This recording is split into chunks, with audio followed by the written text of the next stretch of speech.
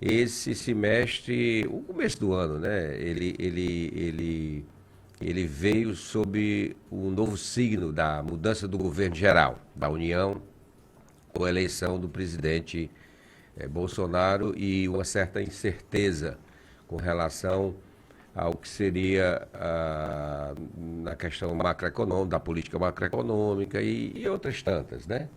E o Nordeste, ele teve, como você bem acompanhou, um resultado eleitoral que foi muito adverso ao presidente eleito.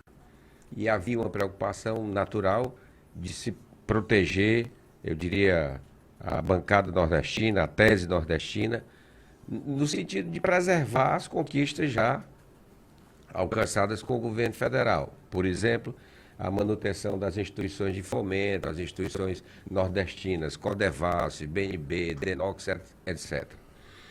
E isso começou já em finalzinho de fevereiro com o Fórum dos Governadores, que nós fomos chamados, o Poder Legislativo de cada estado foi chamado a também participar desse debate. E aí fizemos nas assembleias do Nordeste, fizemos aí um período aí de debates sobre esses temas que interessavam ao Nordeste. A questão das instituições que amparam aí a economia nordestina, a questão da pauta do que era interessante para os nordestinos com relação ao que você falou, Beto, da Previdência.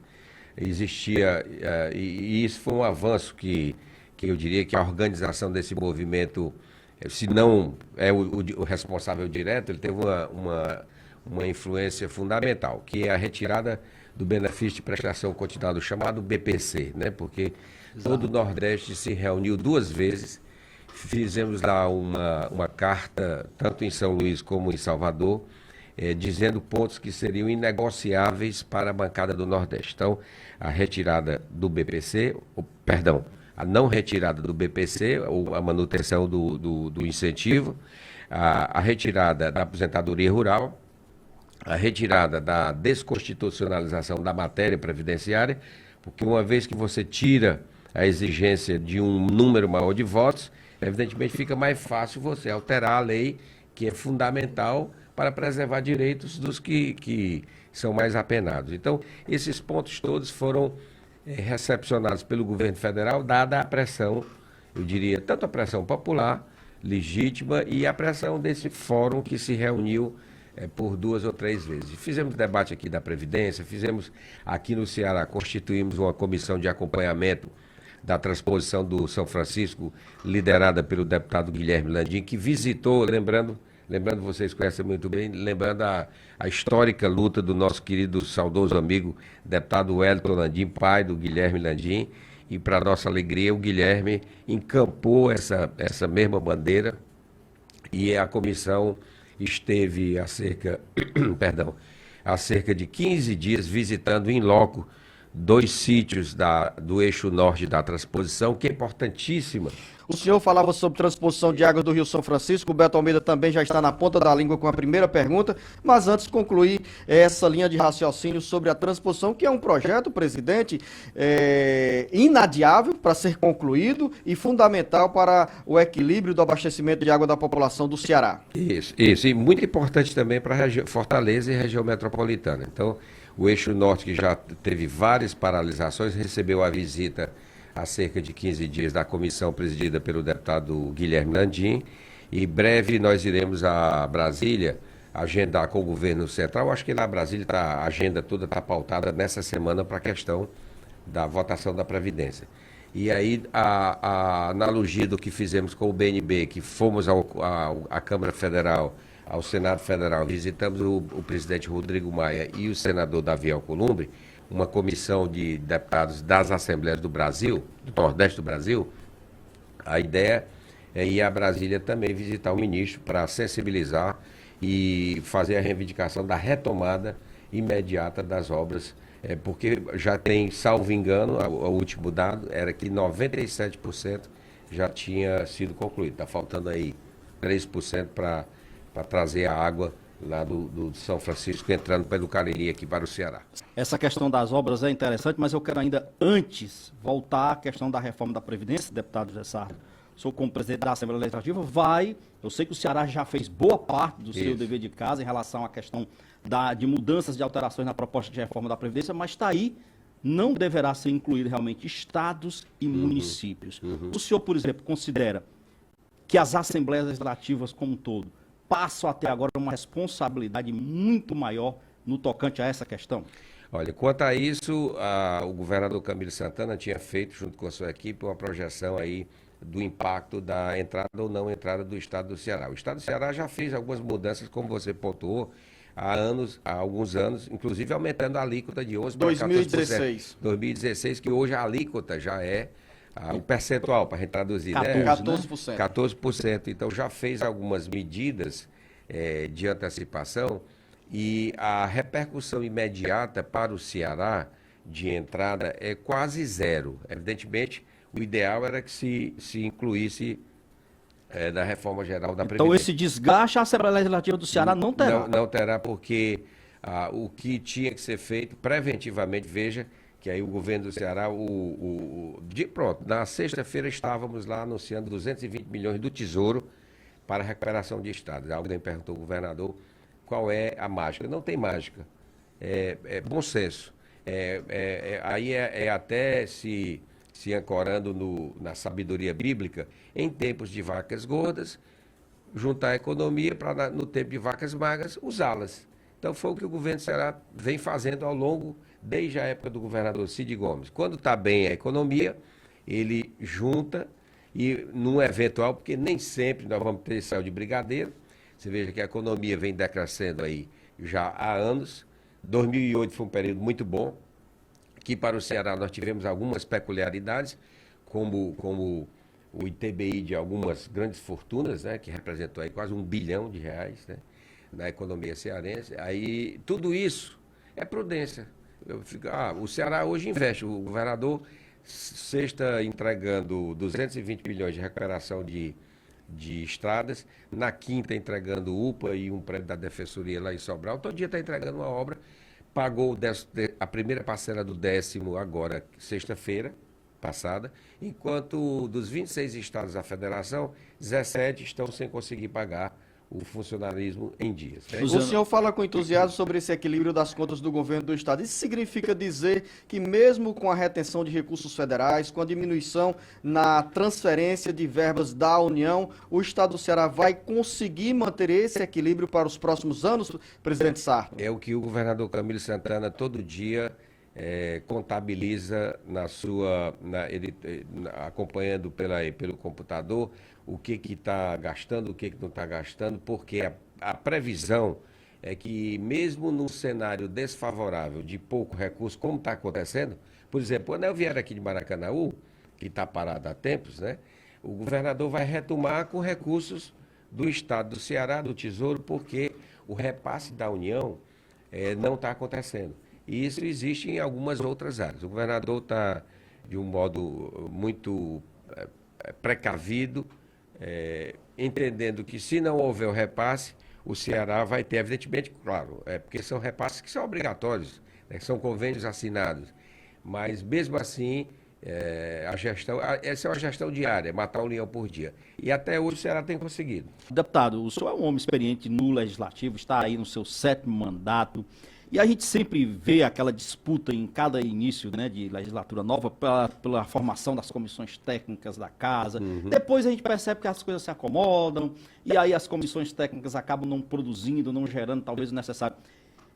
Nesse primeiro semestre que o senhor está agora encerrando, fazendo esse balanço, dá para ter alguma coisa no diferencial? O senhor já tem algum balanço disso, por exemplo? Dá. Eu acho que para nossa, como você colocou, com o tempo de experiência lá, eu tive uma surpresa positiva. Se você for perceber o quórum que tem sido mantido, nós temos aí 16 deputados novos que estão emprestando muita dinâmica ao funcionamento das comissões e elas têm funcionado. Eu não vi a produção legislativa, porque não são apenas números. Sim, sim. Mas se você está no dia a dia da Assembleia, você percebe que de manhã, de tarde é sessão, é audiência pública. Então eu tenho tido uma resposta muito positiva dessa turma nova que chegou, querendo agregar muito valor, muito debate, e dando um sangue novo aí, um oxigênio, até motivando a galera mais antiga que aqui e acolá fica um pouquinho desmotivada. Aliás, esse sangue. Desculpa, Luciano, você À vai vontade, Beto Almeida. esse sangue novo aí da turma jovem na casa deu certo assim alguma turbulência, gerou alguma turbulência, deu alguma dor de cabeça. E eu pergunto para o senhor o seguinte: com relação a esse episódio, por exemplo, envolvendo o deputado André Fernandes, maior cuidado aqui para não errar o sobrenome desse deputado, que eu tenho uma tendência a me referir a ele, né, de outra, com o André Figueiredo, mas é o André Fernandes. você Tá? troca. Já troquei várias vezes. Mas eu quero perguntar para o senhor o seguinte: esse assunto, eu sei que ainda tem lá as representações que deram entrada, de 2 partidos e tal, mas isso está superado hoje na casa? Olha, eu creio que do ponto de vista de imagem está superado porque o deputado André Fernandes, ele se desculpou publicamente para com o deputado Nezinho, que foi o grande prejudicado, né, nesse episódio todo. O deputado André Fernandes tem lá as suas argumentações.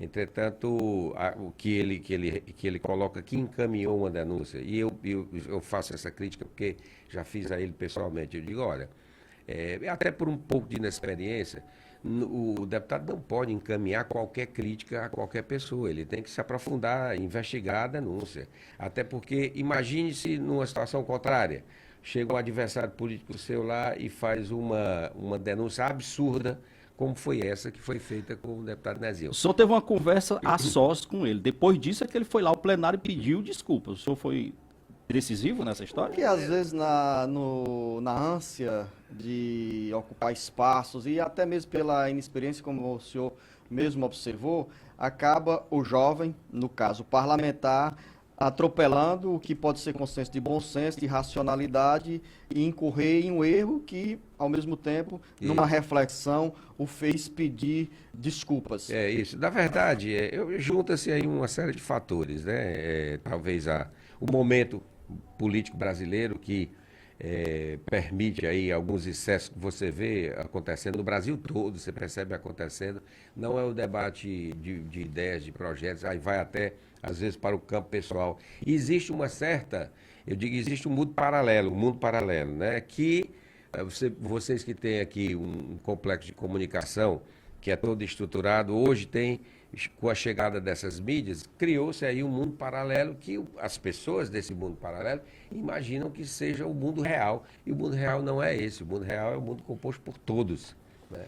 E aí eu creio que faltou um pouquinho eu diria, experiência ao deputado André Fernandes para compreender esta coisa toda e às vezes confundir conceitos como imunidade, inviolabilidade com assim, às vezes uma quebra de um regimento que é o regimento, o código de ética estão lá para isso. Você percebe flagrantes quebras de preceitos regimentais. Primeiro, Beto, antes de entrar na sucessão municipal, nas eleições de 2020, porque é um tema que vai ocupar mais espaço, eu quero perguntar ao presidente José Sarto o que significa esse projeto ao pé da letra. Estímulo para as novas gerações receberem mais conhecimento, estudarem mais. Esse projeto vale tanto para a Grande Fortaleza quanto para o interior do Ceará. Como quando vai ser deflagrado, vai começar? O que é que os jovens podem esperar do papel da Assembleia nessa área da educação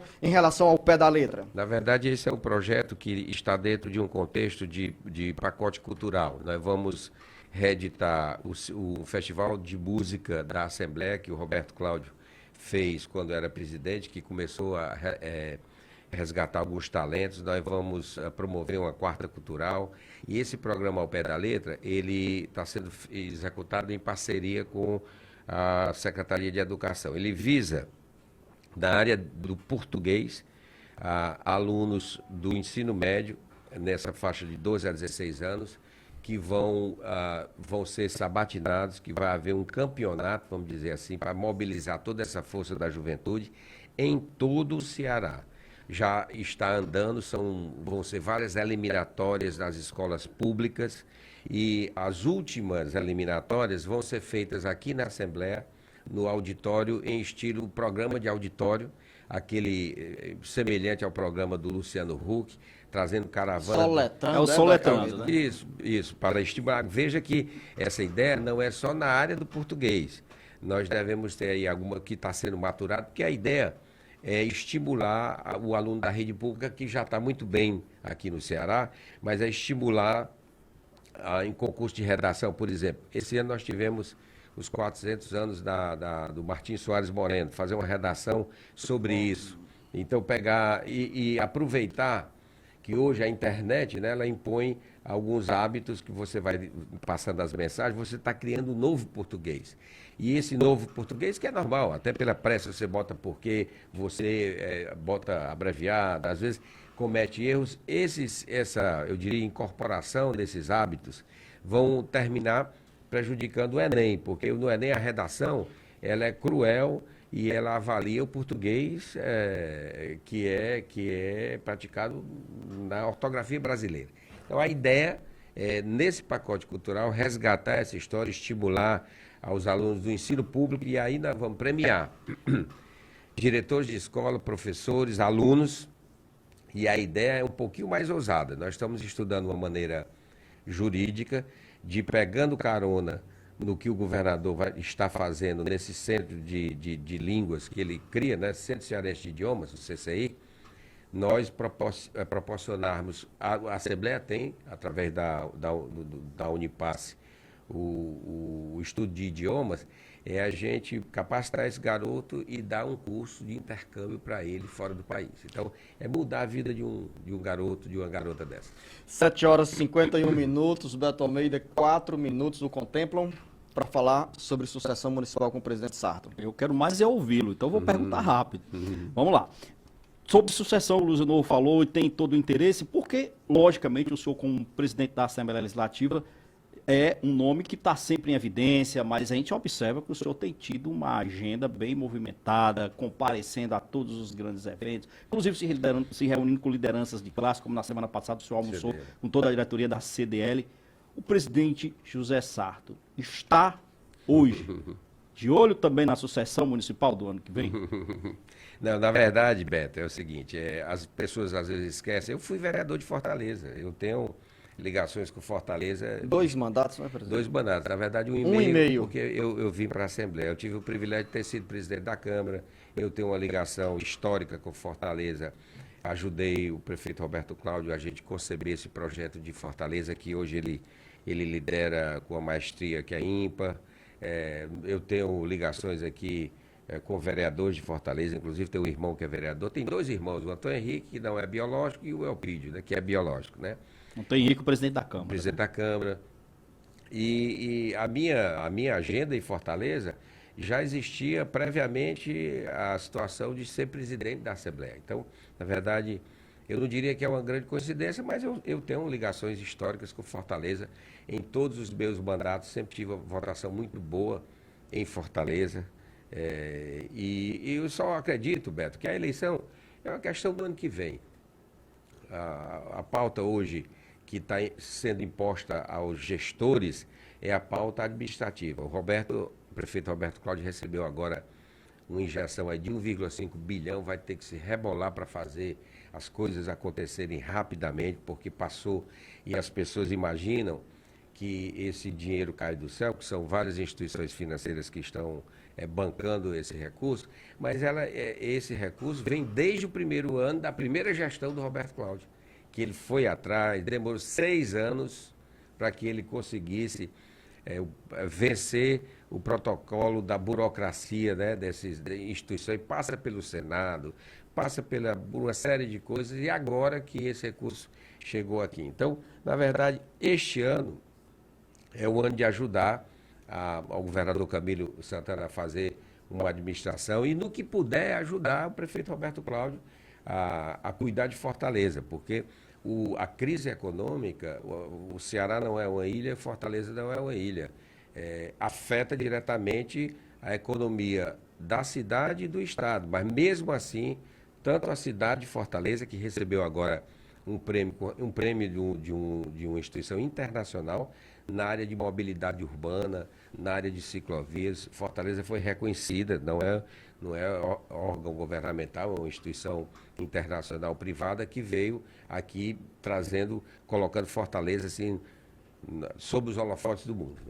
Presidente Sarto, o senhor nunca disse em nenhum momento que é pré-candidato ou que será pré-candidato à Prefeitura de Fortaleza, mas quando o senhor lê, escuta e acompanha aí essas citações, como o senhor se sente diante dessas observações? O senhor está dentro de um grupo político que tem uma relação aí de 2 décadas com os irmãos Cid e Ciro Gomes, é aliado do governador Camilo Santana, é aliado do prefeito Roberto Cláudio, tem essas credenciais, em princípio, do campo político para se tornar candidato ou pré-candidato à prefeitura. E diante de tudo isso, como é que o senhor sente? O senhor se sente pré-candidato? O senhor é pré-candidato do PDT ou é um dos pré-candidatos do PDT, a sucessão do prefeito Roberto Cláudio? Eu diria que seria natural, por exemplo, ter o seu nome dentre essas opções que ainda estão, inclusive, para ser decididas dentro do arco de alianças aí do prefeito Roberto Cláudio. Na verdade, vou me socorrer aqui do Shakespeare, né, que se você quiser pegar um leão, você bota uma armadilha. Queira pegar um homem, você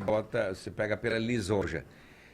Aí a vaidade urbana, né? Quem não tem vaidade... Eu estou procurando deixar minha conta de vaidade com a idade já ser bem pouquinha, porque o tempo vai ensinando muitas coisas e nos mostram que, às vezes, algumas prioridades elas não estão colocadas no devido lugar.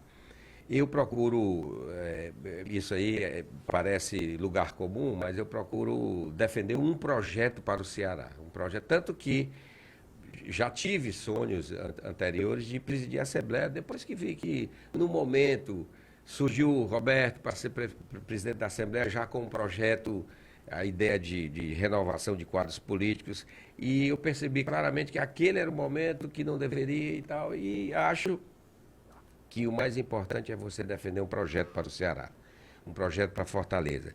E as coisas acontecem naturalmente, até porque essa coisa de ser prefeito, governador, presidente, anda meio que ligada ao destino. Você não adianta forçar a barra porque acontece quando tem que acontecer. Evidentemente, Luzeno, quem é que não se sente honrado em ser lembrado para gerenciar a cidade que você mora, que a cidade que lhe acolheu. Eu sou de Jacopiara e vim para cá muito cedo. Então, essa cidade aqui, onde eu me formei, onde eu crio a minha família, meus filhos, eu trabalho como médico aqui há alguns anos, vou dizer quantos anos, não, mas há vários anos. Não estou mais trabalhando porque me lesionei o ano passado, né? Mas quem é que não se sentiria orgulhoso de um dia estar à frente da cidade? 7h57, somos 2 minutos além do que estava previsto. Presidente José Sarto, quero agradecer a sua presença no Jornal Alerta Geral, desejar ao senhor um bom dia, um bom trabalho. Jornalista Beto Almeida, um grande abraço, bom início de semana.